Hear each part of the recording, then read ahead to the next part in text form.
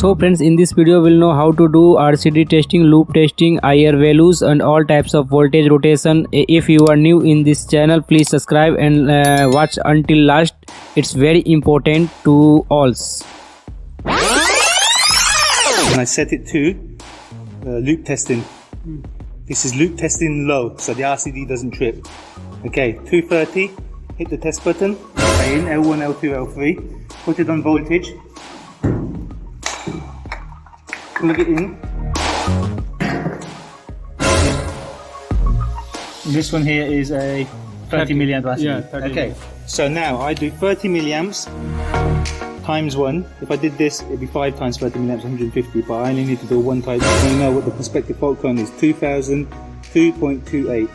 So I put 2.28. So it's like showing only 32, but it can control any 2.289. 2.28. This is prospective short circuit current. This does the fault between live and neutral or live and live. So I do a test on here between live and neutral. Okay, so brown, black and grey. I put brown, black and grey in, L1, L2, L3, put it on voltage, plug it in.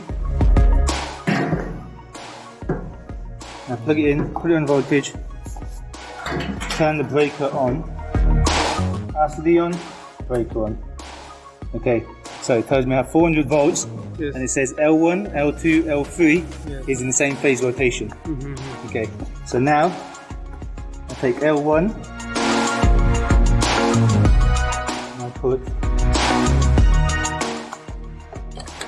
neutral in neutral, earth in earth. Then I set it to loop testing. This is loop testing low, so the RCD doesn't trip. Okay, 230, hit the test button.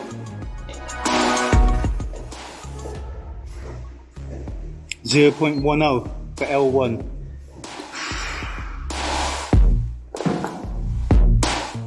Come on. L2.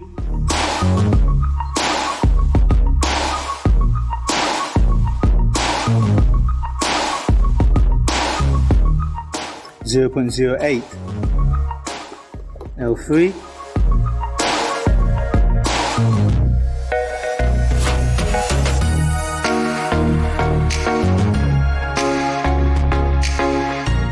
0.01 0.11. So I write it down 0.10 0.08 0.11.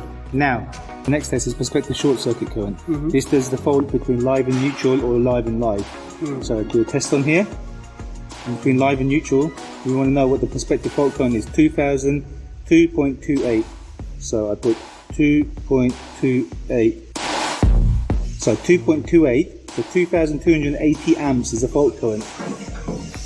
The breaker here is a C32. Right. So this breaker needs 320 amps for it to go. So 2228 amps is more than enough. Like the breaker will always go.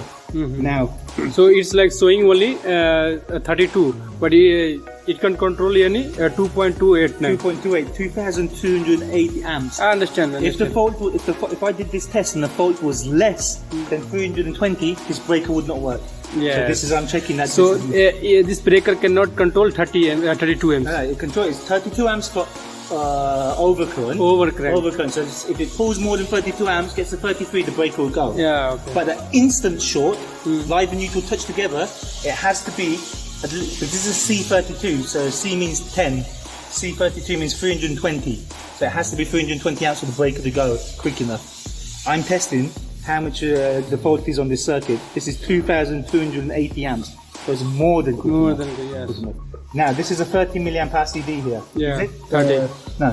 6 and 5. This one here is Yeah, a 6 and 5 here. This one here is a 30 milliamp RCD. Yeah, 30 okay. So now I do 30 milliamps times 1. If I did this, it'd be 5 times 30 milliamps, 150. But I only need to do one type of test. This is AC setting. This is a type A as well. But we only have to test on type AC. So I test it. 26.6 seconds it takes this RCD, 26.6 milliseconds it takes this RCD to go. So I put 26.6 milliseconds. So I know it has to trip within 200 milliseconds. So 26.6 is more than enough. Yes.